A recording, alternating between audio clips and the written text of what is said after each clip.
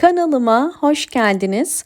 Bugün sizlere orkideler çiçeklerini döktükten sonra yapmamız gereken ilk işlemden ve orkidelerin bu şekilde yeni çiçek dalları çıkarabilmesi için hangi püf noktalara dikkat etmemiz gerektiğinden bahsedeceğim. Orkidelerin çiçek açabilmesi için mutlaka sağlıklı olması gerekiyor.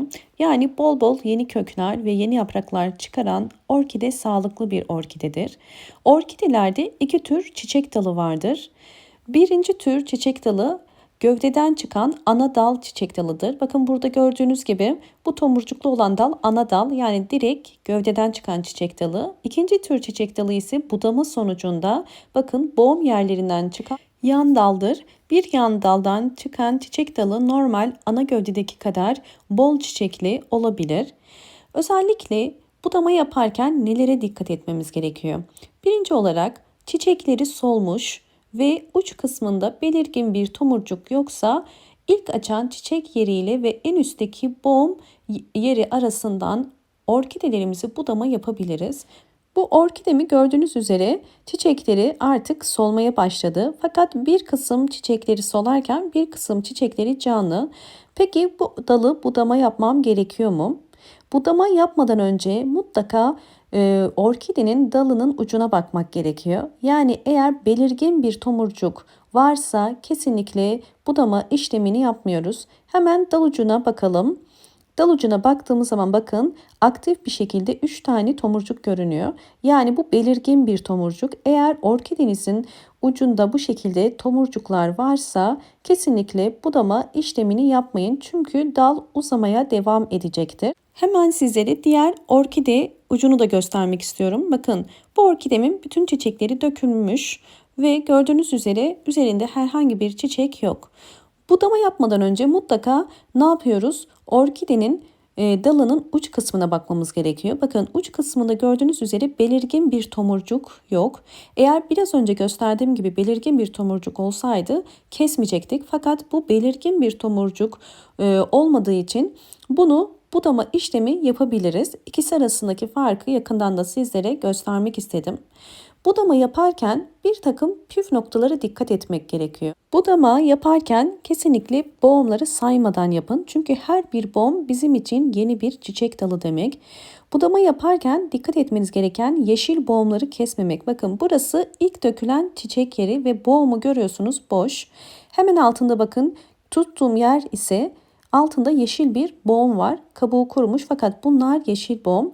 Boş boğum ile yeşil boğum arasından kesiyoruz. Evet, tek seferde kestim. Keserken dalın zedelenmemesi gerekiyor. Bunun için mutlaka keskin bir makas ya da keskin bir bıçak kullanın.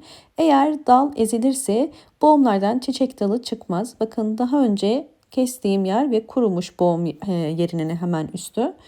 Eğer orkidelerinizi bu şekilde budama yaptıktan sonra orkideniz sağlıklı ise, yani bu şekilde bol bol yeni kökler çıkarıyorsa, kökleri aktif ise ve aynı zamanda sağlıklı yaprakları varsa, yeni yapraklar çıkarıyorsa bu orkidenizin sağlıklı olduğu anlamına gelir ve bu budama sonucunda sağlıklı bir orkide mutlaka yeni çiçek dalı çıkarır. Ve aynı zamanda sadece yeni çiçek dalları değil, bakın ana çiçek dalları da muhakkak çıkarıyor. Tabii bunu yaptıktan sonra mutlaka bol ışık alan pencere kenarına yakın bir yere de koymayı unutmayın. Bu çiçek çıkmasını destekleyecektir. Hemen sizlere budama yapmış olduğum bakın dalın son halini gösteriyorum. Gördüğünüz üzere boğum yerinden küçük bir çiçek dalı hemen patlamış ve çıkmaya başlıyor. Aynı zamanda kestiğimiz dalın bakın ucu da kurudu. Bu şekilde yeni çiçek dalları çıkarıyor. İlerleyen zamanlarda boğumdan kesmiş olduğum bakın çiçek dalları yeni ana dallar çıkardı ve hızlı bir şekilde büyüdü. Görüyorsunuz budamış olduğum yerler buradan gözüküyor. Ve bu çiçek dalları ana dal kadar bol çiçekli ve canlı. Yani yapmış olduğumuz budama işlemi çok önemli. Eğer doğru bir budama ve zamanında yaparsanız orkideleriniz bu şekilde boğum yerlerinden de bol bol yeni çiçek dalları çıkarır. Bu orkidemde 3 tane ana çiçek dalı vardı ve bunları budamıştık. Budama yaptıktan sonra gördüğünüz üzere 2 tane daldan çiçek açtı. Fakat bir tane dalı henüz çiçek çıkarmadı boğum yerlerinden. Bu gayet normal. Zaman ile bu da yine yeni çiçek dalı çıkaracaktır muhakkak. Ve budama yaptıktan sonra orkidelerinizi mutlaka bol ışık alan bir yere koyun.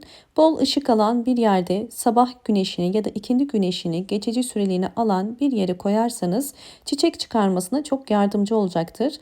Böylelikle orkideleriniz bol çiçekli olacaktır. Hemen sizlere diğer bir orkidemi de göstermek istiyorum. Bakın bu orkidem de yine aynı şekilde çiçeklerini dökmüş ve henüz üzerinde dökülmeyen birkaç çiçek var. Bu bizim için önemli değil. Orkidenin genel durumuna bakıyoruz. Ucunda herhangi bir tomurcuk yok. Fakat bu çiçekleri de solmaya başlamış. Hemen yine biraz önce gösterdiğim gibi boş boğum ile bakın bunlar boş boğum yani çiçeklerin döküldüğü boğumlar. Hemen altında ise yeşil boğum var ve yeşil boğumdan bir yan dal daha çıkıyor bakın. Hemen boş boğum ile gördüğünüz üzere yeşil boğum arasından bir iki santim üzerinden tek hamlede kesiyorum. Bu şekilde eğer budama yaparsanız orkidelerinizin boğum yerleri boşuna gitmemiş olacaktır. Ve böylelikle kısa sürede orkideniz yeniden çiçek dalı çıkaracaktır. Eğer bu şekilde üzerinde bekletirsek hem dalın zamanla sararma ihtimali olur hem de yeni çiçek dalı çıkarmasını geciktirmiş olurduk. Orkideyi budama zamanı orkide çiçeklerini döker dökmez yapılmalı.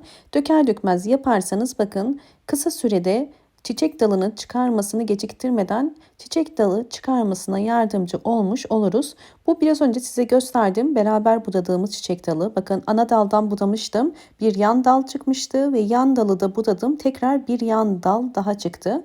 Bu şekilde orkidelerinizi siz budama yaptıkça yeni çiçek dalları çıkarmaya devam ediyor. Aynı zamanda sadece yan dal değil yeni bir bakın ana dal çiçek dalı da şu anda çıkıyor. Tabii bu aşamada mutlaka belirli aralıklarla gübre vermenizi de tavsiye ederim. 20 günde bir mutlaka orkidelerinize muz kabuğu suyu ya da yumurta kabuğu suyu dönüşümlü olarak verebilirsiniz. Bu orkidelerinizin çiçek çıkarmasını daha da kolaylaştıracaktır. Çünkü orkideler gübreleri seven çiçeklerdir. Siz orkidelere düzenli olarak gübre verdiğiniz zaman orkideniz daha hızlı çiçek dalı çıkarır. Umarım bu videom sizler için faydalı olmuştur. Elimden geldiğince sizlerle bütün bilgileri paylaşmaya çalıştım. Eğer videomu buraya kadar izlediyseniz ve beğendiyseniz hemen beğen tuşuna basıp kanalıma da abone değilseniz bana destek olmak için abone olabilirsiniz. Ve bol bol yorumlar yaparak yorumlar kısmında da sorularınız varsa sorabilirsiniz.